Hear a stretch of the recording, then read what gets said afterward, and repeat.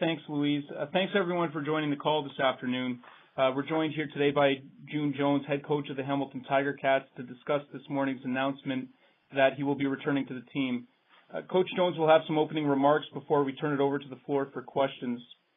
So now I'd like to turn the call over to Coach Jones for his opening remarks. Thanks. Hey, thanks, Aaron. Hello, everybody. I am basically just want to say a few words. I just want to thank Bob and Scott and Kent, the entire organization, Ticat organization, for the opportunity to do what I do and have the ability to come back for more seasons, and I'm looking forward to the challenge of getting us to the Grey Cup finals and then hopefully winning it. And that's what drives everybody. And we have, I think, some specific advantages in Hamilton. I've only been there for about 4 months, but I spotted right away the loyalty from the fans and the commitment from the city to support the team, and I feel really strongly about creating a home field advantage that makes it very difficult for any team to come in and play the Ticats, and you do that by winning and winning at home, and that's where we're going to start is carrying our home games and being very competitive on the road. Great. Thanks a lot, Coach. We'll now open it up to the floor for questions. Yes, thank you. We will now take questions from the telephone lines. If you have a question and you're using a speakerphone, please lift your handset before making your selection. If you have a question, please press star 1 on your telephone keypad. If at any time you wish to cancel your question, please press the pound sign. Please press star 1 at this time if you have a question. There will be a brief pause while participants register, and we thank you for your patience. Our first question is from Steve Milton from the Hamilton Spectator. Please go ahead. Hi, June. Congratulations. Hey, Steve. Hey, thank you. Maybe this is cart before the horse here, but what are you looking at quarterback here right now? You got one guy under contract, but you've got the other guy that you played who won't be under contract. What's your preference there, or can you say? Well, we're going to do what's best for the football club. I have a lot of feelings for Jeremiah, the way he competed and played extremely well. We're going to do what's best in the best interest of the football team. And Zach, as I said all along, has presented himself and handled this with true professionalism. I think he got better, even being around what we did, and I got better listening to him. So, we'll make those decisions over the next few weeks. I don't think anything's pressing the next 10 days, but we're going to do what's best for Hamilton.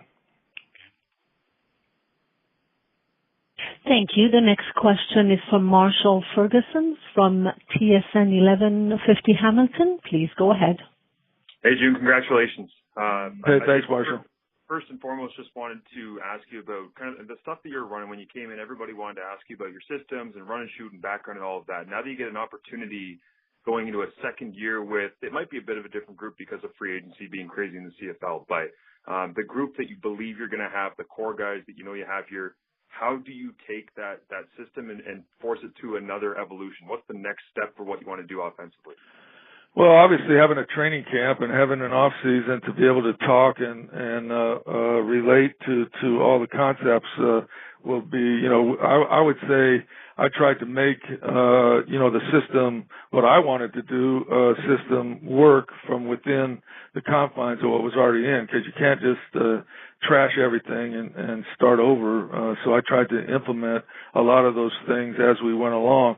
I think getting from the start, I've already started scratching and changing and doing all kind of things. Bill Walsh told me years ago that if you're not tweaking things, in the 15 to 20% time every year, teams are catching up with you. And just the fact that we were on the field for the last 10 games doing what we do, those other teams have a whole off season preparing for the different things that we presented versus other teams. So having a chance to get everything in from ground zero, I'm excited about, and the Canadian Football League provides a bigger field and more opportunity to really have the success with the type of concepts that we run.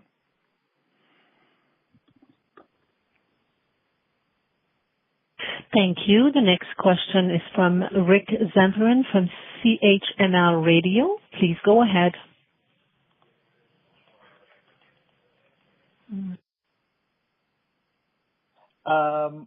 Just signed for 2018. Is this a one-year deal, and is that your decision or the team's? No, I believe it's a 3-year deal. We've been talking for a couple of weeks, and that was what we had planned to do. And all the I's are dotted and T's are crossed. I've yet to sign it, but we're in that stage right now. In fact, we'll probably sign it later on this afternoon. Thank you. The next question is from Sean Woodley. Please go ahead. Your line is open. Hey, June. So when you took over last season in 2008, it's kind of a nothing-to-lose situation. What do you guys need to do to ensure that the success you had once you took over carries over to 2018? Well, personally, I'm one that change.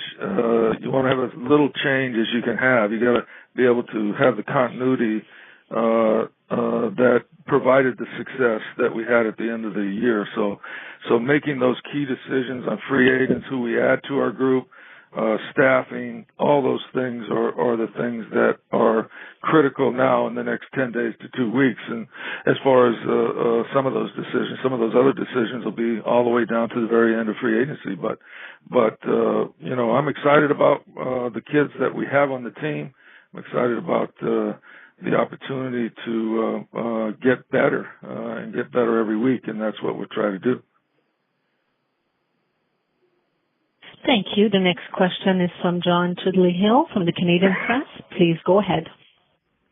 Hi, Coach. First of all, congratulations on the new deal. Thank you very much. My first question for you, I just have two. The first is, where were you, or how did you find out that the deal was signed off on? Did you meet with Kent in person, or how did the deal finally get inked? Well, Lee Steinberg and Scott, myself, and Kent, and everybody's been going, I think, all over it. So everybody kind of has been involved in getting it all done. So I kind of, had some conversations, probably more with Scott than anybody. And then Lee and Scott have gotten together and finished the finer details on it. Cool. My second question is, and you've kind of touched on this already, but what does a June Jones football team look like from start to finish? Because, you stepped into the head coaching role midway through last year's season. What do you think your team's going to look like as you shape it into your mold for 2018?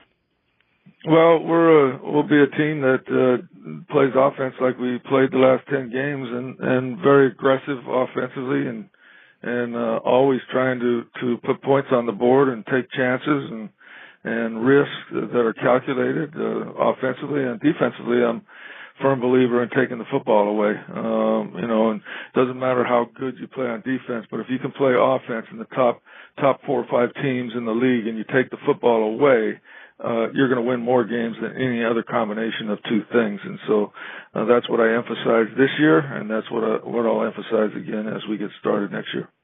Great. Thanks for your time. Thank you.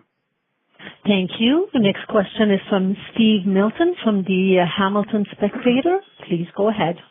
Hi, June. This might be down a little bit far down the road, 3 or 4 months, but when you talk about that, trying to make sure your offense is in high gear and that you can really put out things, it looks like you could have most of your offense back with a couple of the right signings.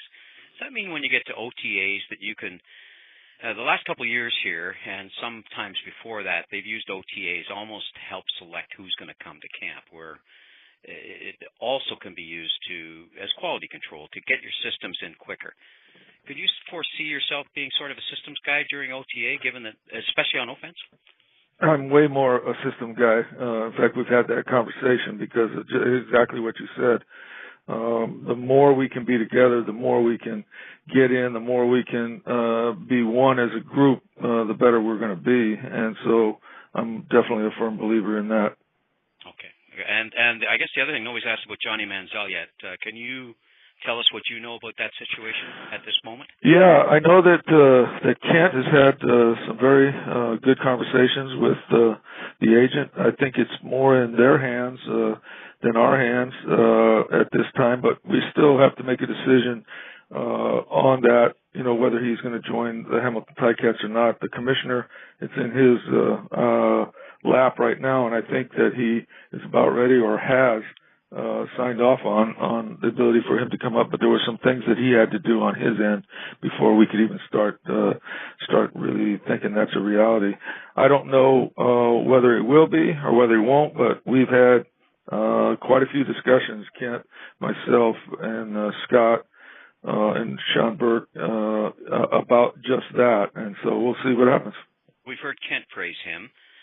I'm not sure how you feel about how he would plug into the system that you can conceive running. I assume you can, but what I can plug him in very easily. I think I worked him out twice, and his arm strength is much better than I thought it was. I think that he, you know, I really think if he makes a commitment to come up here for 3 or 4 years, that he'll write his own ticket if he wants to go down and play in the NFL again. It'll be a Warren Moon situation, to be quite honest. I just think he has the potential to be a great football player. Thanks. Appreciate that. Thank you once again. Please press star 1 if you have a question. The next question is from Buba O'Neill from CHCH. Please go ahead. Congratulations, Coach. Glad to hear that you're back. Hey, thank you.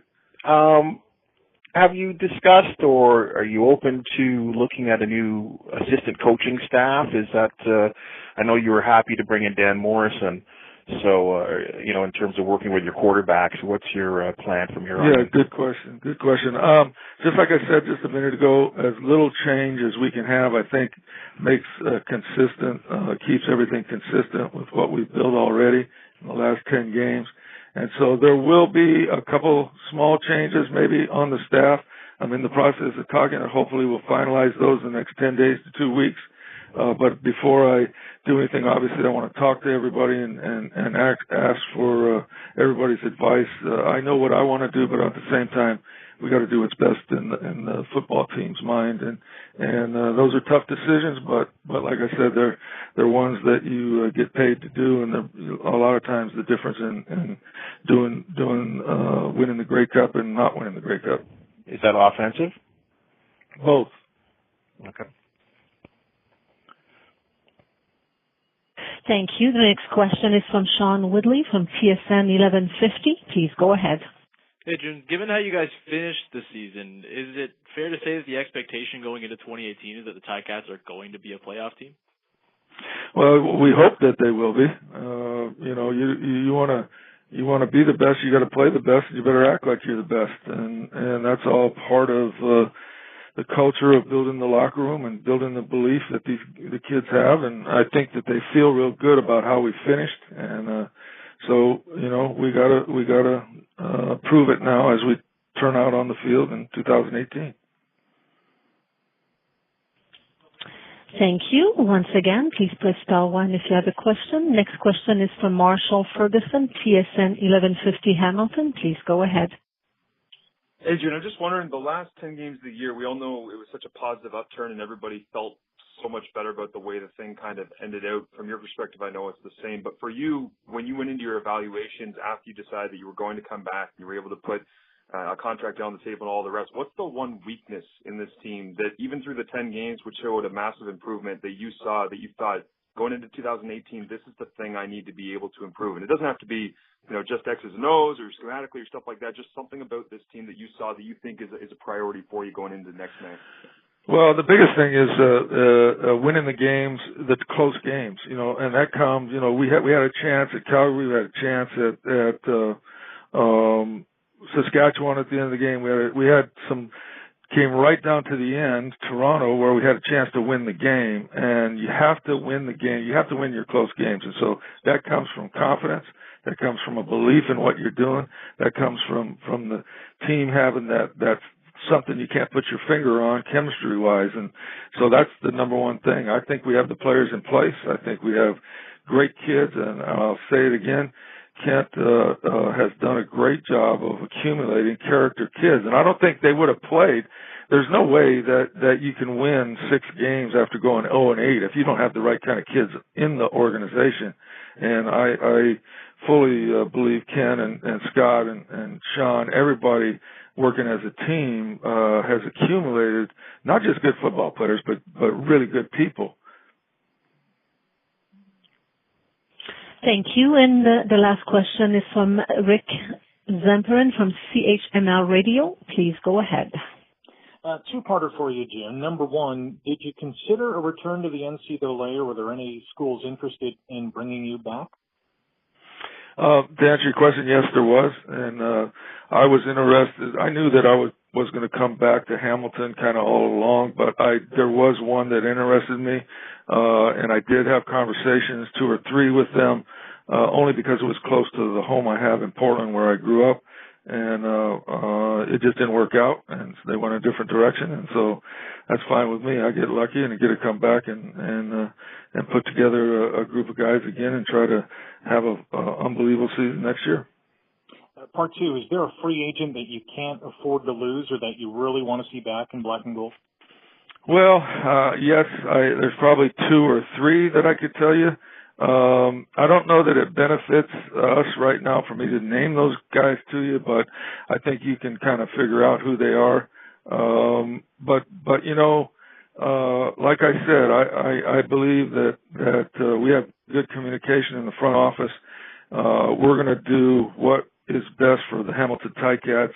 And, you know, I'll give you a good example. Kent did 2 things last year that were in the best interest of the football team. He traded for Tony Washington, which unbelievably solidified our O-line, and the decision to sign Alex Greenback, who averaged almost 8 yards a carry for us. I mean, the ability to pull the trigger and do those type of things tells you what we have going for us.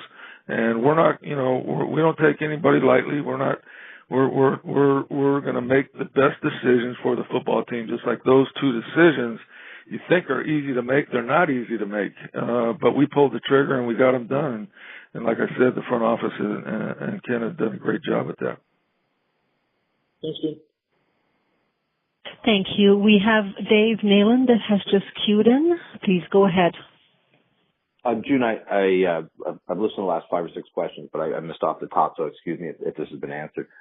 You have kind of a unique situation at the quarterback position in that the guy who started for 8 games never played under you as head coach. You've got Jeremiah, who went 6-4, but is a pending free agent, and of course you own the rights to Johnny Manziel. How do you see that picture coming together for training camp next spring? Well, I believe that we're going to do what's best interest of giving us the best chance to go. Now, I've said this before. I think Zach showed his true professionalism handling the situation he did, the way he practiced, the way he prepared, the way he did everything. And I have a lot of positive feelings for him that I know that he would have had success had I just continued to go with that. But as I said when I took the job, head coaches and quarterbacks usually are the first to take the fall when you're 0-8 or when you're had a losing season. So that's the reason I got the job, and I had the conversation with him that I was just going to make a change just because we needed to change. And I was proud of Jeremiah. He really got better every week. There's no question in my mind he's a top flight quarterback in the league, and I think Zach is too. But at the same time, you know, obviously we can't keep both of them, and we'll make that decision in the next few weeks, and we're going to do what's best for everybody involved, and I, you know, that's a good problem to have.